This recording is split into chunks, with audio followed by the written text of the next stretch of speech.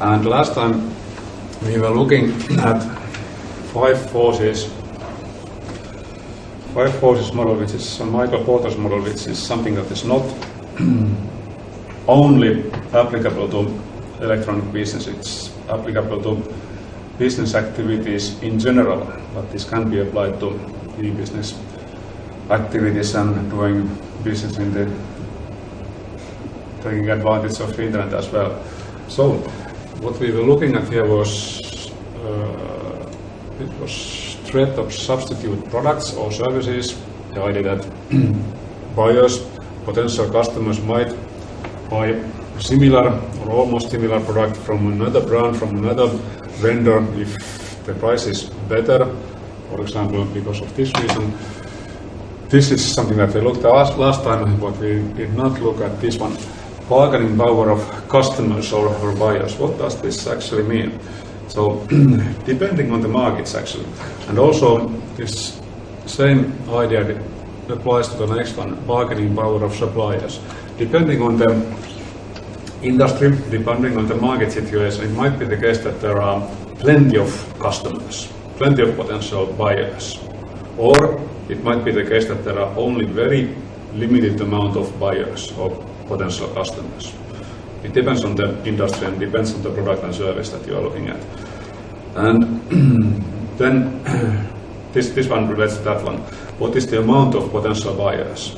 Depending on the amount of potential buyers or customers, you may be able to pump up the price and get a better price on the product, or on the other hand, this may be something that is not possible at all. So if there are very limited amount of buyers, you might be in a situation that the marketplace is so tight that the possibility to change pricing structure, for example, giving rebates or something like that, that is a very kind of sensitive situation. It might be the case that buyers have the possibility to force down prices, for example. It might be the case that in your market situation, in the field that you are active in, there are plenty of substituting products, and the buyers might think that if you raise your price with a very marginal amount, for example, then all the buyers go and buy the product that is almost similar. They go and buy a substituting product from some other vendor because of the price. And on the other hand around, if the number of sellers is large or marginal, then the situation is actually something like it's a combination of the number of potential buyers, it's a combination of potential sellers, and it's a combination of potential suppliers. The next one is relates to the bargaining power of suppliers. If you as a company or if you as a business owner sell products to the customer, you typically buy in raw material or products that you sell over to the customers. And this being the case, you also need to look at that. What is the best option? What is the best place to do your purchases? Where can you get your products that you sell to the customers, or where can you get the raw materials with a very good price? So here also, if there is if you don't have possibility to choose between a large amount of sellers, manufacturers, producers, for example, then you have very little kind of freedom to choose from the best price, or you don't have plenty of possibilities to change between different producers. You are kind of hooked to only a very small number of producers and potential sellers.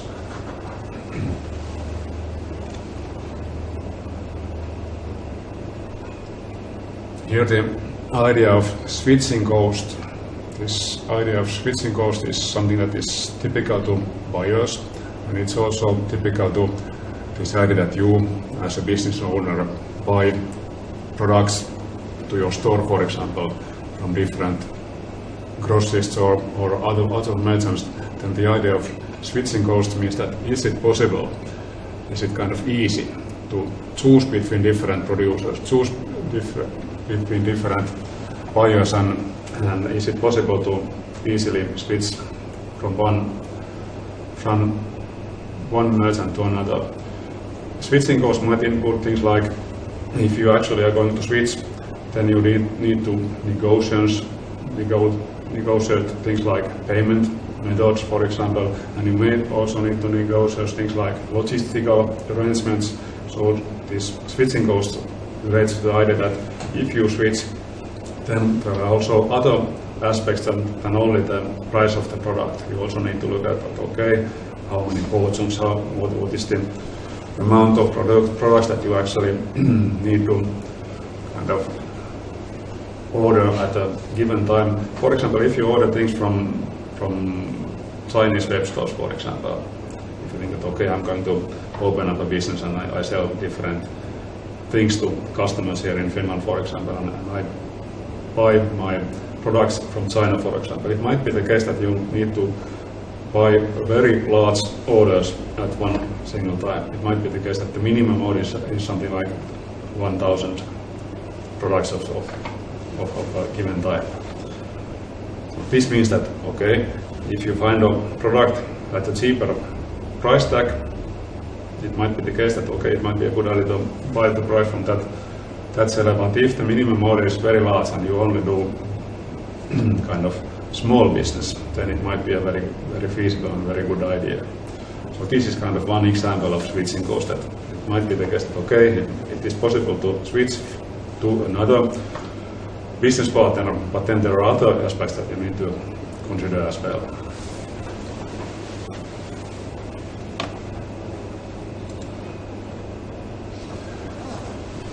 Actually, one of the most important aspects when you look at the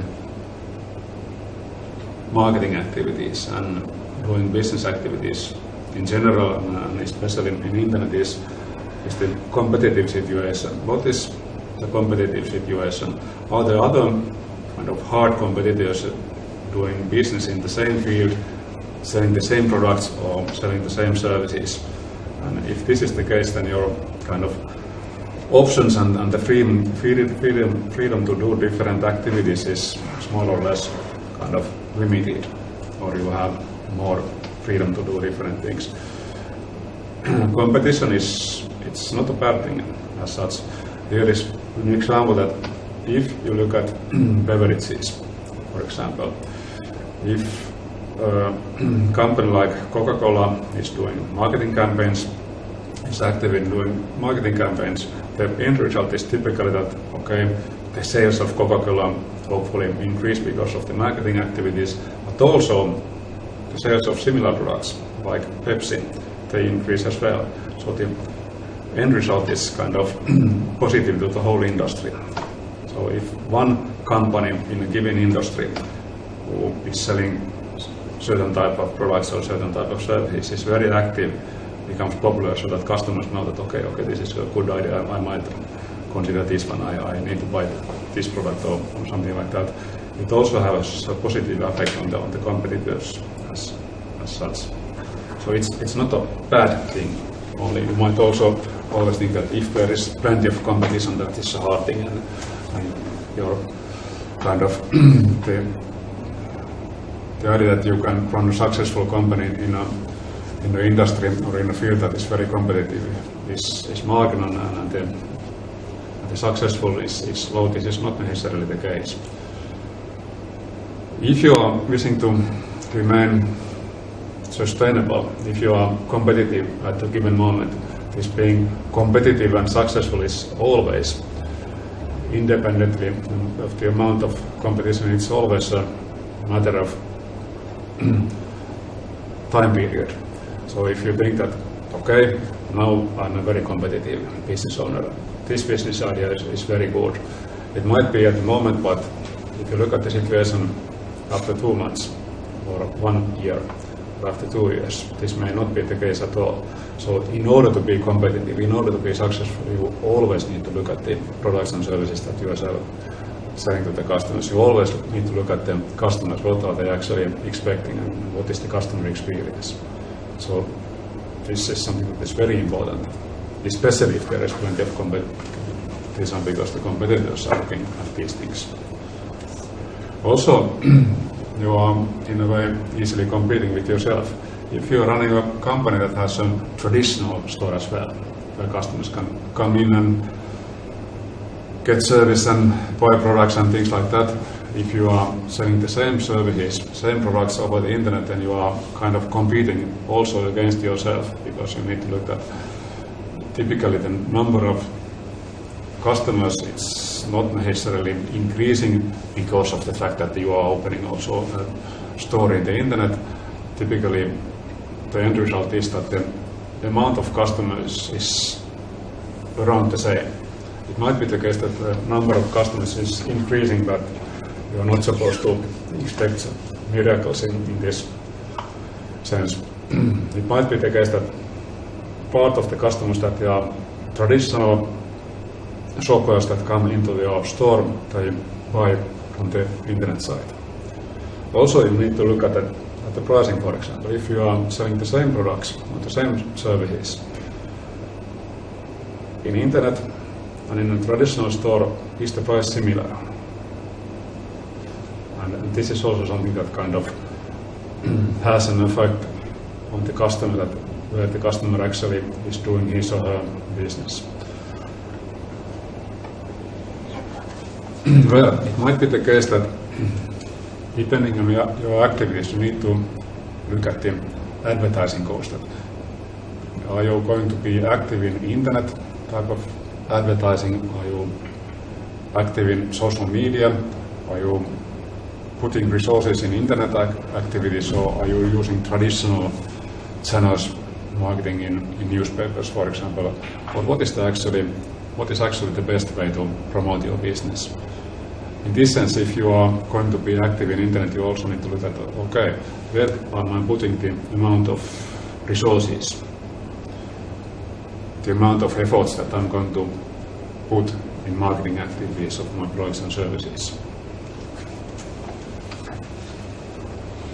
Whatever the case, you should have some kind of strategy.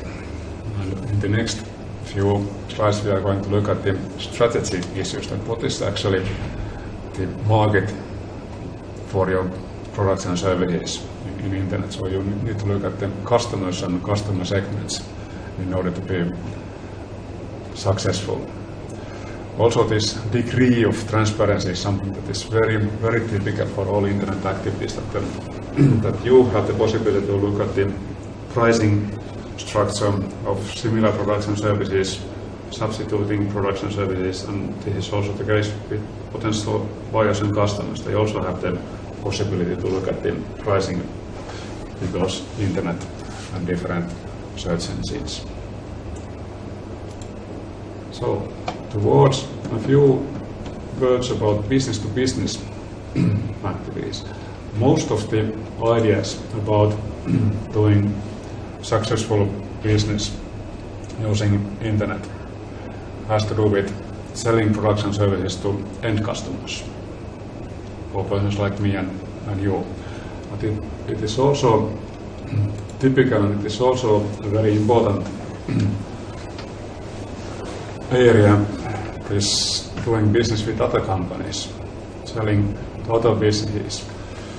Actually, if you look at the area of doing commerce and doing business with other companies, this is actually something that makes sense. Why? Because the people who are buying products, if you look at them, other companies as potential buyers, typically people who are doing purchasing decisions in other companies, they are professionals. They are doing business with other companies on a daily basis. It's not something like an individual person who is kind of buying a washing machine once in 5 years or once in 10 years, or if you are buying a sofa, or if you are buying yourself a TV, you are not typically doing that as an individual. You are not doing those transactions and buying decisions on a daily basis. But if you are in a company, it might be the case that you are the one who is who are in charge of storages, and you are in charge of the fact that there is merchandise in your company that can be sold to customers. If this is the case, you are buying businesses on a daily basis. You are buying products all day long, and this means that you become a professional. If you are not a professional, you become a professional in doing business with other companies. You know your business partners very well. You know the products and you know the services that you are doing business with. You are not doing business occasionally, once in 5 years or once in a year.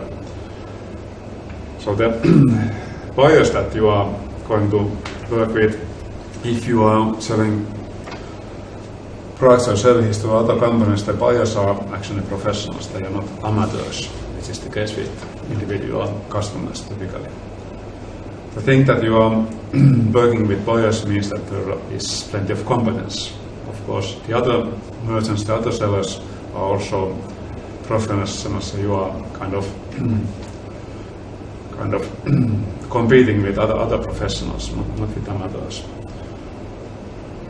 Also, purchasing is quite frequent. So, whatever the buying decisions are, it's quite typical that it's a routine activity.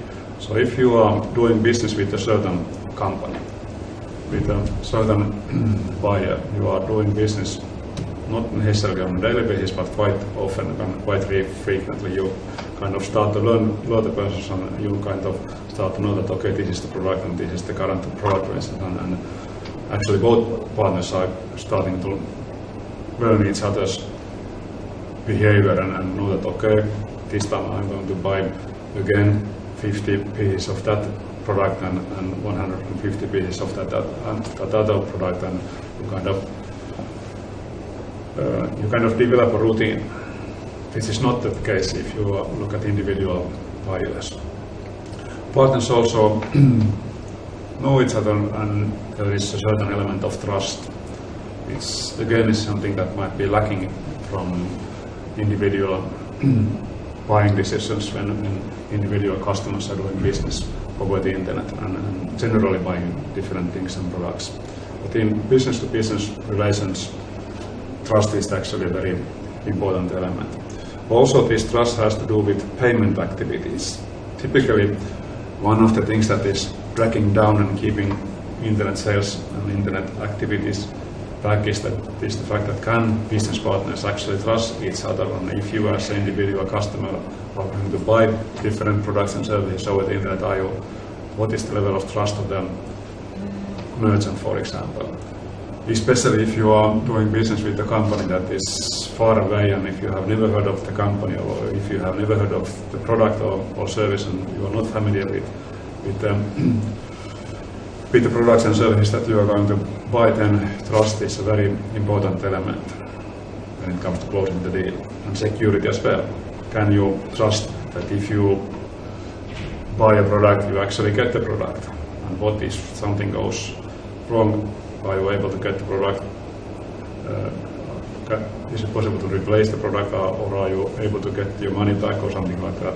Things like this there are no problems when it comes to doing business with companies typically. So the level of security is at another level altogether, and the level of trust is also at another level. Yes?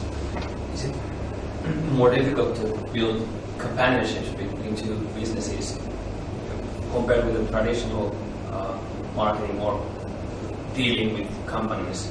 So it's based nowadays basically on relationship marketing or relationship commerce. So it's based on the sellers or representatives of the company that are dealing with each other, and they are making these strategic companionships that strong that it is actually more expensive to change a provider to someone else. So do you consider this e-commerce to change this situation so it's easier to change the companions? Not necessarily. It's kind of more transparent, but I think that the general kind of structure is still the same. You need to have trust, and this doing things electronically, it's only kind of a tool, and it gives you possibility to do things faster. But still the general idea that you need to build trust, and when there is a certain element of trust and when there is a certain element of routine between different companies and different stakeholders, it becomes a barrier to switch to another producer. But this e-commerce system doesn't include inviting another company's representatives to your home for dinner, or inviting them to your own box in an ice hockey game or something like that, to build this kind of. But you can still go with the customer or with the business partners to ice hockey game, for example. This is not a secret, but it's quite a big part of this relationship, kind of building bridges between two companies, and it is proving that actually these kind of things, they are more relevant in order to build the trust between two companies than, for example, prices or the logistics, or that the services are created and built individually for the needs of the other company. And it's quite interesting. So that was the reason I asked that. Do you think that e-commerce will change this point of view, or change the structure to another one, so there are not so tight bonds between business-to-business partners anymore because of the e-commerce? So the clients are faceless, they are anonymous, they are somewhere other side of the globe, and this might be the third generation of the business thinking. Yes, it's also claimed that being personal and being in touch is very important, that this faceless is not a good thing when it comes to doing business. But generally this thing that going to ice hockey match together and having a dinner together with a business partner is something that it has become less typical, so to speak. My view is that it seems that back in the day, something like 10 years ago, it was more typical to go do things together with business partners, for example, in order to build trust and learn to know each other. Now it's kind of tighter, and everybody is so tight on money, and nobody has time to sit 2 hours and having lunch with the customer, for example, or with business partners. This is sad. Hopefully, I think that this is not because of doing things with computers. Another question is about the services which need to be kind of built for the needs of the customer. So it needs to run smoothly through the company's own systems, and they need to be individually built, actually, which faces the needs of the company. So, do you think that the e-commerce system will make the services more like bulk services or bulk products, which just need to be fit in all markets, and the customers are competing with the services? I know there are a lot of these kind of services that need individual customization and stuff like that, but this another interesting thing I was just thinking. If I compare it to the traditional marketing or traditional commerce between businesses, it is so. I'll give an example. I work in the public sector in Finland. We have this kind of macro point of view to the e-commerce. Is that nowadays legislation says that we need to compete all the services that the public sector is using. So that in this kind of economical situation in Finland, it is so that in order to get individual services, you need to pay a lot of attention to the services, and in this amount of employees and money, it's quite impossible. So that's why it encourages public sector actors to be involved in the big treaties, which has been signed with various partners, various providers, and they are like governed by certain companies which are dealing in the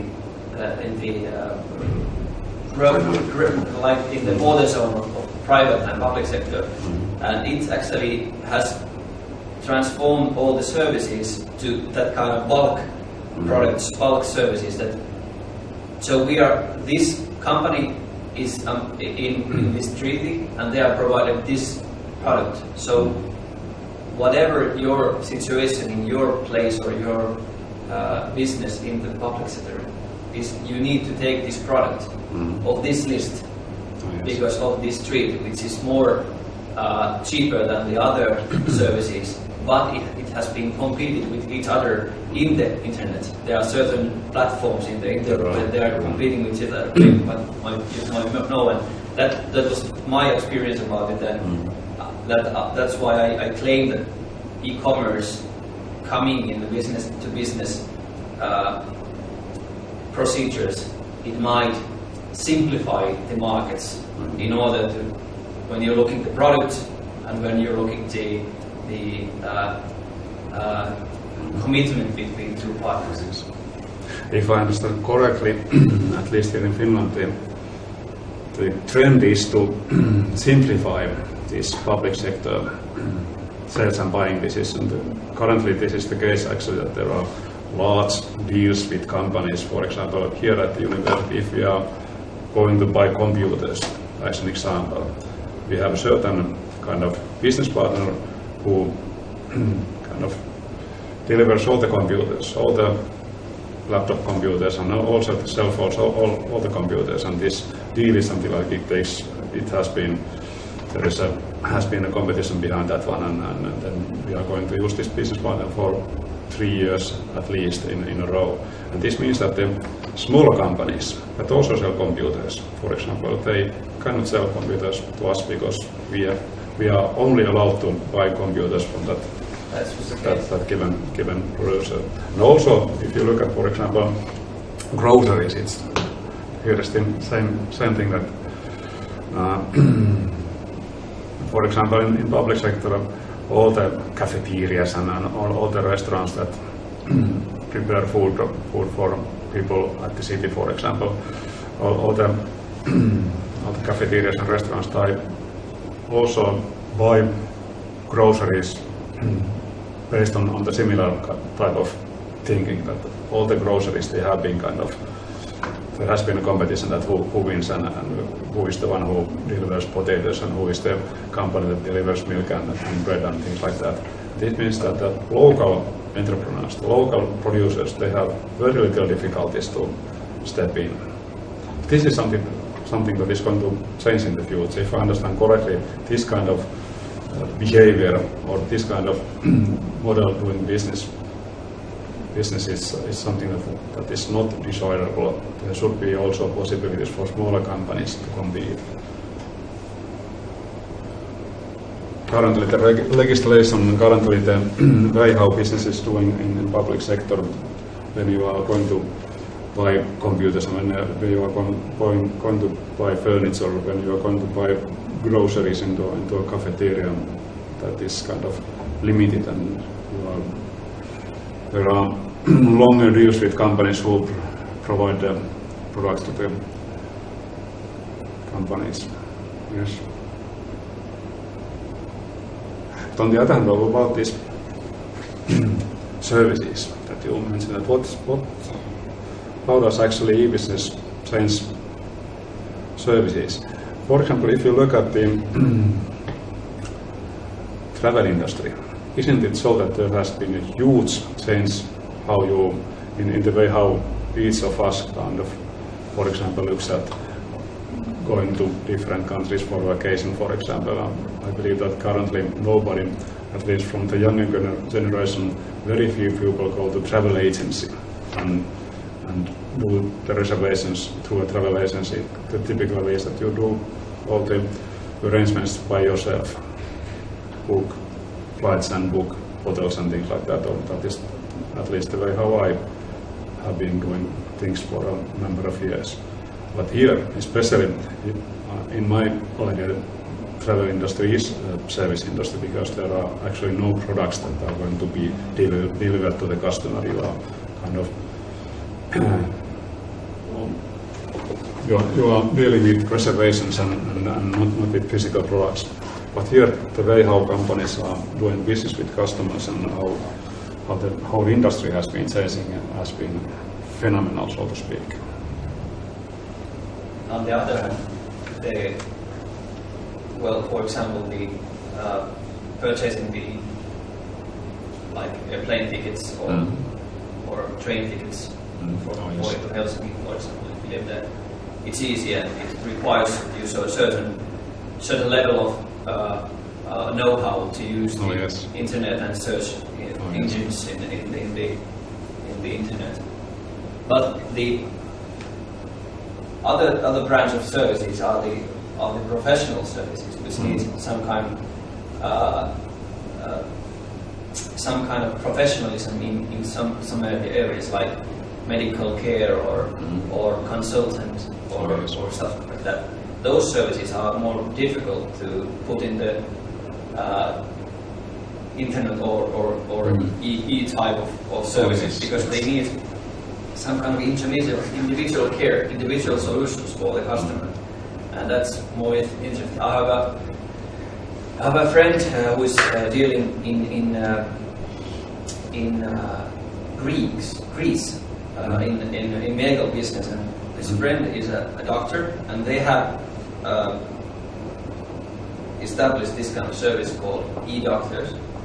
So where they provide a service of doctors, so they have a webcam this connection between the customer or of patient and the doctor, and a doctor is looking at what is wrong with you and what kind of symptoms you have, and doctor interviews the patient online, and then he's now they are competing with the government. Are the doctors allowed to write these medical recipes? Yes. Recipes for the client, on the base of the evaluation that the doctor has made through the web. So, because the economical situation in Greece has at the moment, so they are very close to change the legislation. So the doctors' very strong professional myth is breaking, and those e-doctor services, they are breaking in the industry because of the e-type of commerce. But how this kind of procedure could be taken in the other kinds of kind of professional services, which are not necessarily any kind of industry. They are just professional services which need individual care and solutions for the customer. And that's quite interesting for my opinion.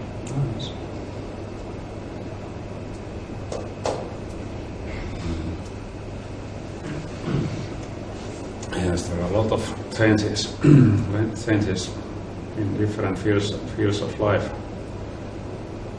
Yeah, especially in this kind of business that you're talking about. One good example that this application for individual care is this language courses online.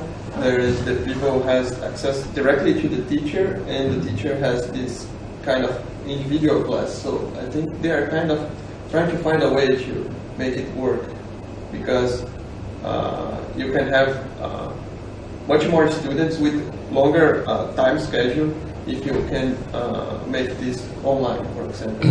And you have the teachers just all sitting in the same room and working. So they can manage the demand by time and can schedule it and make it more efficient than the normal classes, for example. Do you consider, for example, this service that this is like recorded to the both online and to the archives, so students are allowed to watch this lesson from the net. So do you consider this to be kind of professional or service which is individually? No. No. This is just a bulk Yes, product. exactly. This one, yes. So this is there's a quite clear line between those services that they haven't really breaking yet, not in Finland at least, but in other countries maybe. And I just wait the moment when those kind of services that they're breaking, that you're actually allowed to, well, the banking industry, they have these kind of things in Finland. You're allowed to book a time from the bank and they're coming to your living room through the online internet connection, through webcam conversations. But other services like doctors and medical care or the language courses and stuff like that, they haven't really come yet to Finland. No. It's quite strange because we should be the leading country in certain services in such. That's only what we think. But if you look at the current situation, we are lagging behind, I think, in But most Estonia, areas. for example, Estonia, they are much longer and further in these services, and they are quite amazing solutions. And in many other countries as well, Yeah. not only in Estonia. Maybe the Doctors Union, they are too strong to oppose this kind of services, that they are lacking of this personal touch between doctor and patient. But at least for the customer, this is good Yeah. sense, I think. That is the customers. Typically, they appreciate the fact that you are not tied to a given time of week or time of day when you can get kind of contact with the service provider. You are more flexible and more free to do your things at the time that is best for you. There are also, as I mentioned, many legislative aspects to many services at least. Another example, which I quite recently noticed that, if you look at the activities that you need to do in Finland in order to get the driver's license, for example, it has been quite difficult that you need to go to police station individually. You have to attend, you have to be there. You can't do it with telephone or by sending email only. You have to be in a given place at the given time. You need to show your passport and things like that. This has been changing. Police is no longer giving of the role of police in the process of giving individuals driver's license. The role has become a lot smaller. Another change, actually you can do a lot more using computers when you are applying and if you are going to get yourself a driver's license. Another change has been that if you are going to get the driver's license, you need also to attend theory lessons at the driving school. It has been, you need to do something like 10 hours or 20 hours, I don't remember, it depends on the type of driver's license. But also in this, there has been changes that nowadays some driving schools, they offer these theory lessons through internet, so you don't necessarily need to go to driving rooms. It has typically been quite boring, and you need to after school, for example, you need to go to pay the same price. I think so. Or actually, this has also been a debate that the prices are way too expensive, and younger people they can't afford driver's license because of the high prices, and there is also plenty of kind of competition in driver's license business in Finland. It remains to be seen that who actually needs a driver's license if we, in something like 10 years or 15 or 20 years, we are sitting in a car which is driving by itself. If we are sitting in a Google car or something like that, who actually needs a driver's license? That remains to be seen.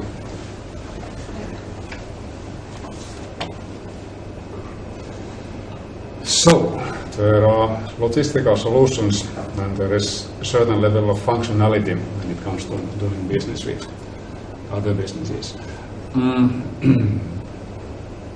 Keeping in mind that there is an exercise coming, I at this point switch to another set of slides It's called Internet Marketing Strategy. In this slide set for the comparison, that if you look at competitive strategy, what products and what services you are actually going to sell to your customers, you need to do differently. You need to be noticed by the customer.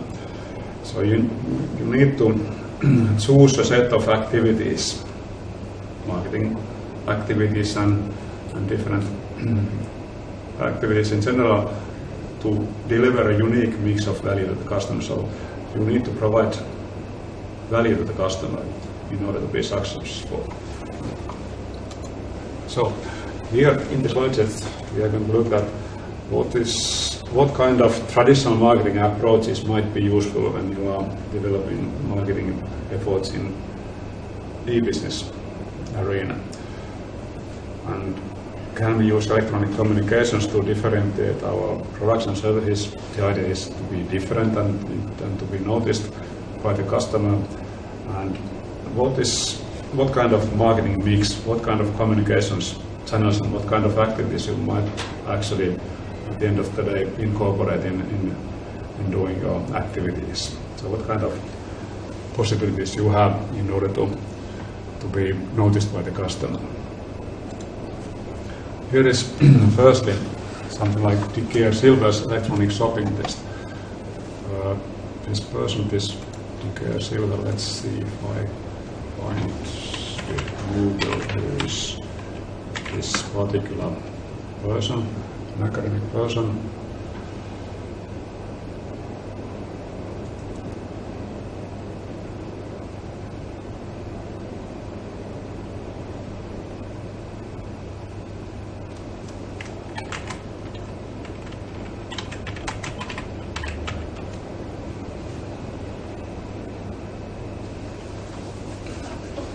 So, this kind of person, Michael Dick Silver, an author, a person who has been active in writing books about e-business.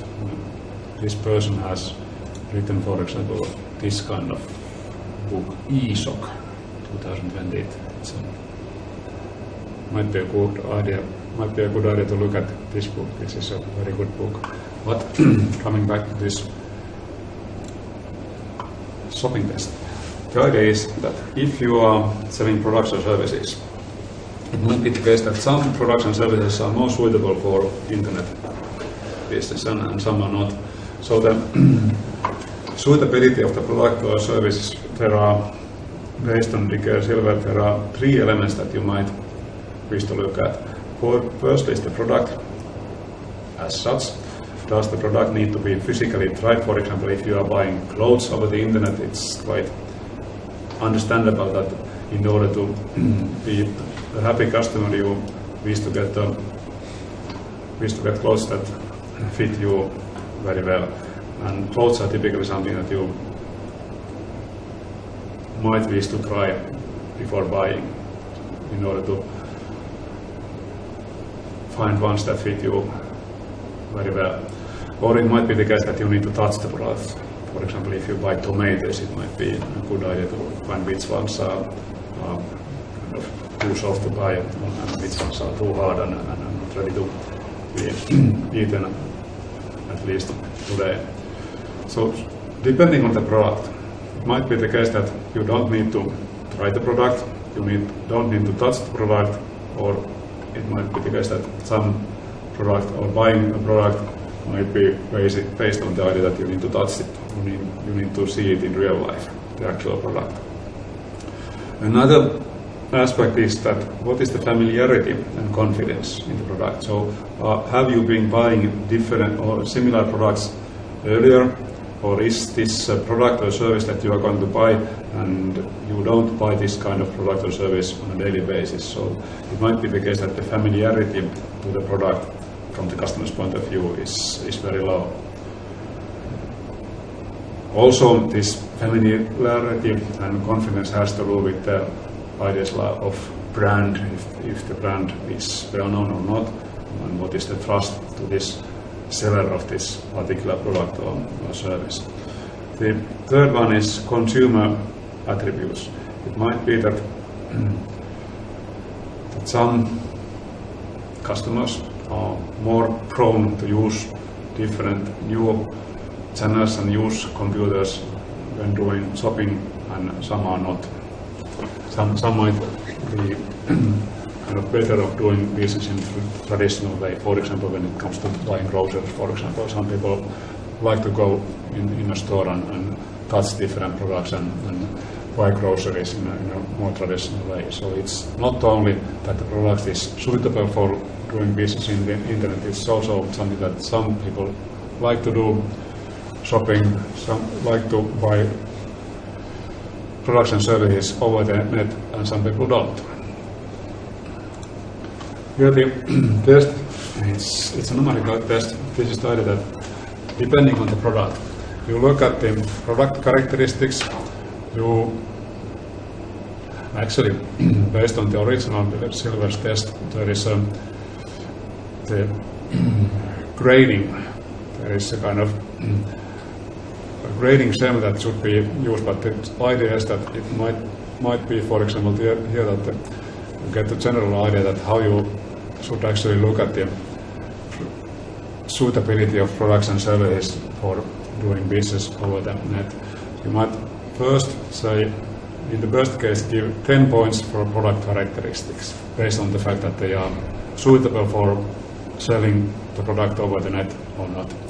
For example, the products that we are looking at might be groceries, meaning food, or mortgages, when you are kind of dealing with banks and doing travel arrangements, buying tickets and booking a hotel room, for example, and then books. Different kinds of products and services. So it might be the case that if you are going to sell groceries over the net, it might be the case that most customers, or at least some customers, might wish to see the tomato and see the bananas and see the groceries before they decide which ones to buy today. So it might be the case that seeing and touching is very important, at least to some companies, or some customers, and this means that selling groceries over the net is something that based on the product, because it needs to be seen and it needs to be touched. This one it's possible to sell it over the net, but it's not the best possible product for being sold over the net. So this means that it only has been given a grade of 4, for example. On the other hand, mortgages, this is something that you don't need to deliver. There is no logistical issues considered. This is the case with travel arrangements as well. If you look at doing a reservation, buying a ticket, you get the reservation number, you get the booking number. So there is no ticket that needs to be delivered with mail, for example. You get the product instantly. Both mortgages and travel products or services are such that there are no kind of logistical problems here when it comes to doing the buying decision.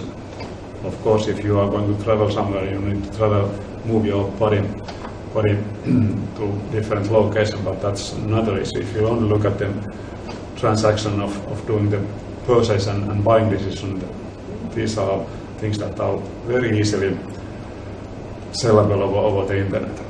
And then when it comes to buying books, this is also a product that you don't necessarily need to see it in real life. You don't necessarily need to fit it like when you are buying clothes, for example, or you don't necessarily need to touch it. But you need to move it from one place to another. If it's a traditional book, if it's not a digital product, which you can't just download directly. If it's a traditional product, you need to choose that, okay, I send it over the mail and it takes 2 or 3 days before you get it. Or if you order it from overseas, it might take a longer time before you get the actual book. But otherwise, it's kind of a sellable product. It's not something that needs to be kept in a frozen condition, which is the case with groceries or food. That you need to be very careful that what products can actually be kept in room temperature and which ones need to be frozen, which has to be in refrigerator temperature. But still it needs to be delivered from one location to another. which is not a challenge when it comes to doing travel-related arrangement and bookings. What else? Familiarity and confidence. So people are typically quite familiar with tomatoes and bananas and bread and milk and things like that. So there are no big surprises in that sense. Still, the number of the grade is not 10 because there are so many different options. When you go to a grocery store, for example, there are always such products that you have never tried or seen, or there are new products. So it might be the case that there are also such products that you have never seen, and it might be a good idea to see them in real life. But generally, when it comes to food, you are quite familiar, and you pretty much know that what is the typical taste of a tomato, for example. When it comes to doing mortgages, so you are buying yourself an apartment, for example, and you need to get money from the bank, and then you are dealing with mortgages. Typically, this is something that you don't do on a daily basis, which is the case when it comes to buying food, for example. So your familiarity, typically, if this is your first apartment, if this is your first big bank loan, your familiarity is typically quite low. So this is something that you are quite easily unsure. When it comes to travel, it depends on the person. If it's a person who has been traveling all his or her life, your familiarity and confidence with the travel arrangements, or your confidence with the idea of doing travel arrangements by yourself might be high or low. But again, this is something that it's an issue that has to do with the person and how kind of heavy traveler you are or not. And it also has to do with the idea that what is the travel destination. If you are going to a destination where you have been earlier, then your familiarity is higher compared to the fact that you're going to a new continent and to a new country which you have never visited, and for example, you don't know the customs, how you actually can, for example, book or reserve bus tickets, for example. For example, I quite often are surprised, even though I consider myself as a person who has been doing some traveling. So I still get kind of confused and surprised as well that in different countries, for example, if you are going to travel from one location to another with a bus, you never know if you go to a new country that should you buy the ticket before you enter the bus, or is it possible to buy the ticket from the bus driver?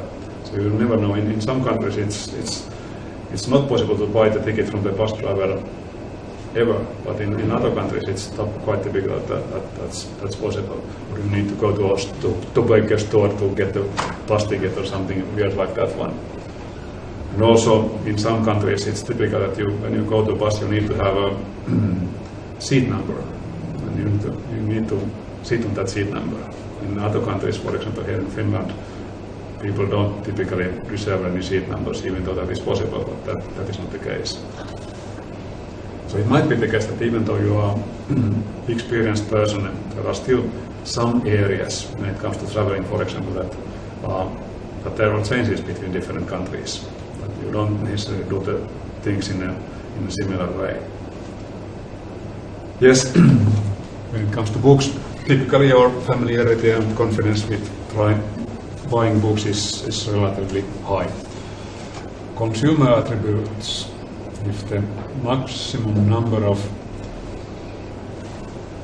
grades would be something like 30, it might be that some people wish to buy groceries in a local grocery store. And there are others that consider that might be a good idea to book a shopping basket over the net because he or she is so busy that there is no time to go to grocery store. So depending on the persons, there are both such persons that are willing to do things electronically, and there are persons who are willing to do things the traditional way.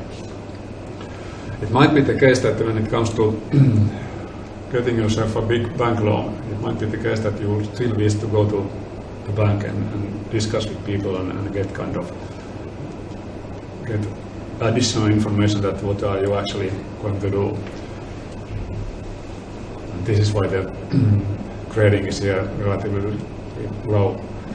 It might be the case that also, like in groceries, there are people who wish to go to a travel agent, and there are people who are not so familiar with traveling all over the globe and so kind of heavy travelers, and then on the other hand there are people who are willing to do things individually and willing to do their bookings by themselves behind the computer. When it comes to books, it might be the case that most people are kind of prepared and accept the idea that if you get the book at a very good price, you can buy it from the internet. You don't necessarily need to go to a bookstore or to a store which has the book in a shelf. And based on these product characteristics, you may notice that, okay, of these different product types, actually books are the ones that are most suitable for based on this grading. Of course, you can argue that, okay, this grade is too low and too high, and there are also customers who have a different opinion of things, but at the end of the day, it might be the case that from these particular products, books are quite sellable over the internet, and also doing travel arrangements, bookings of different types, also here in this industry, internet gives added value to the customer. On the other hand, doing big decisions like taking a loan of 100,000 euros is something that you might still, because it's something that you do so rarely, it might be something that you might wish to do in a bank, for example.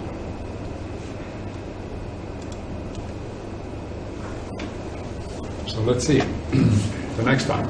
It's about stages in pinpointing a marketing strategy. Depending on the product or service, if you are going to sell books or if you are going to be active in travel-related issues, you need to look at the customers. What are the customers actually that you are going to approach? Which customers actually? It might be the case that whatever the product or service is, there are customers that are more suitable, more potential than other customers, and you need to find the best customers that you need to approach and the customers that you are actually going to approach. So you need to look at segmentation. The segmentation has to do with the idea that you need to identify the customer, and you should actually kind of learn that what are the customer needs, what are the things that customers actually appreciate. Do customers actually consider seeing the product in real life, or do customers consider that touching the product is something that is very important indeed or not? And based on this one, based on the customer needs, you should actually segment your markets, kind of segment that these are young people, these are more computer-oriented people, and these are, for example, senior people which are not interested in buying your products over the internet. So you kind of need to understand the customer base and what is the amount of potential customers. The information for this one, information for segmentation, information for knowing your customer base comes from market research or analysis of customer data. It might be the case that you also already run a business. If this is the case, you need to analyze that. What are the customers actually? What products and services are the customers buying? Are the customers buying huge number of products at the same time, or are they all buying one product at a time, for example? What time of day, what weekday is the most kind of busy business day, for example? You need to analyze the customer data, and you should actually understand that how the customers actually work in this particular market. This one gives you a better idea of market segmenting, and how you should actually see the customers as different potential customer groups. This target marketing is something that is based on the idea that you have kind of understood that these are the different types of customers in your industry, in your field, and then you need to target the markets based on the customer segments. So you actually should understand the demands of different customers. So you should firstly segment different customers, and then you should kind of better understand that what are the different requirements and tastes of different types of customers.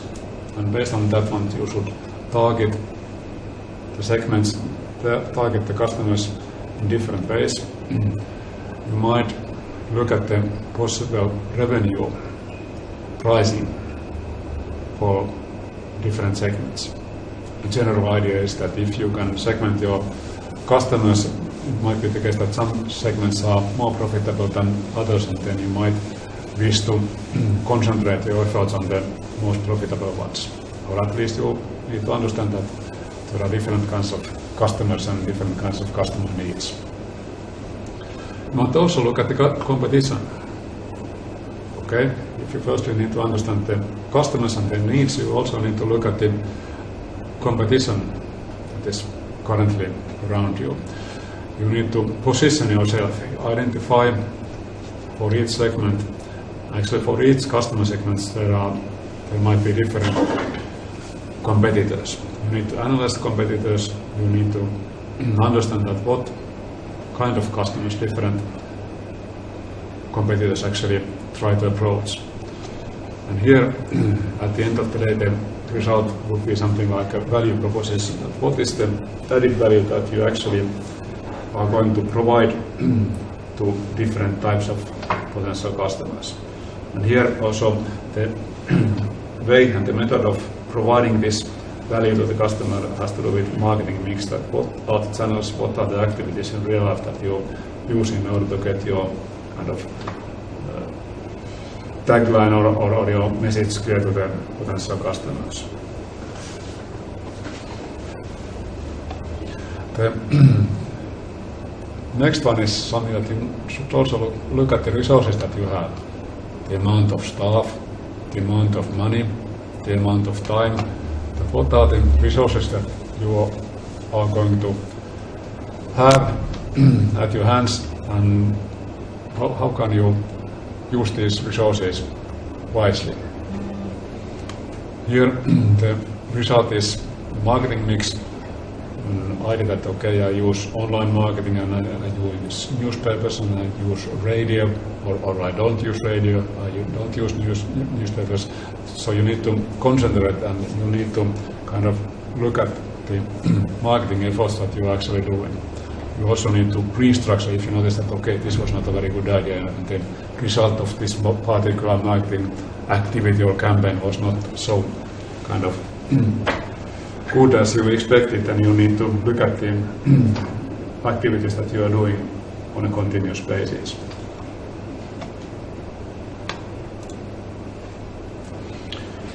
So, about targeting markets, you should actually select appropriate segments, select your customers, and look at who are the customers actually, and what are the needs and which customers actually you are going to target.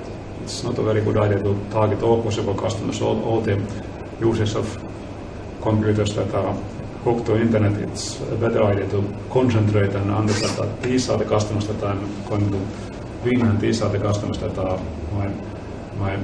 the ones that I'm going to sell my products and services. And also, what is the value that you are actually providing to the customer? And how can you become the first choice? So how can you kind of be different from other competitors? So what is the way that customers see that okay, this is the one that I'm going to use as a business partner, and this is the merchant that is better than the other ones. Looking at the customers, if you think that okay, it might be a good idea to create different market segment customers. Also, if you look at the customers, customers are, some are first-time customers and some are customers that are coming over and over. Actually, if you look at the types of customers, there are all sorts of customers. there are customers who are first time visiting your website, for example. First time, or this is the first time that they have found you from Google, for example, so they are more or less first time visitors. So how can you actually make those customers come again and make those customers buy your products and services? So most of the customers are ones that have never heard about you and use Google and find you. These kinds of customers there are plenty of. Then there are also customers that are coming again, have been visiting your website, have seen your ads on Facebook, for example, and come again. So these are returning visitors, so to speak. Then there are visitors who register. It's a quite typical activity that if you are going to buy products or services from a web store, for example, then you need to register, give your first name and last name and address and delivery information and things like that in order to make the buying transactions faster and easier, so that you don't every single time need to enter your first name and last name and address. So registering. If there are, or actually there are going to be customers who are registering and kind of storing their information to your website. So these kinds of customers there are also. So, and then there are visitors who have registered. So there are ones that are quite recently registered, quite recently purchased something from you, and then there are customers who have registered years ago or months ago, but have not doing any purchasing decisions lately. Coming to purchasing decisions, there are customers who have bought something once, a single time, but then there are customers who have been buying over and over, who are returning visitors, who are returning customers, who are buying over and over products and services from you. And also there are, when it comes to activity of the customer, there are customers who have bought something, but not now, so they are in a way inactive, just browsing around, looking at the catalogs and products and services that is there something new, but at the end of the day, they are not kind of buying anything today. And then there are customers who have been purchasing products and services earlier, and they are doing it again. So they are responsive in that sense. They are coming, they are buying, and they are coming again and again buying. So the customer life cycle, so to speak. So what kind of customers there actually are? It might be the case that you think that there are customers, these are the persons that are customers, but actually there are all kinds of customers.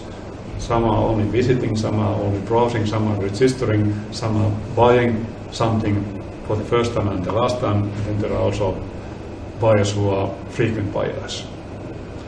So you might also look at the different types of customers, not only that young customers or male customers or senior citizens, not only segmentation in that sense, we also look at how can we appeal people who have visited our website, how can we appeal the customers or the visitors so that they actually purchase something. And you might also pay attention to the customers who have sometimes purchased something, they have registered, you have their addresses and emails and things like that. How can you use that information in order to get the customers visiting your website again and doing purchases again? Also segmentation in this sense is kind of important.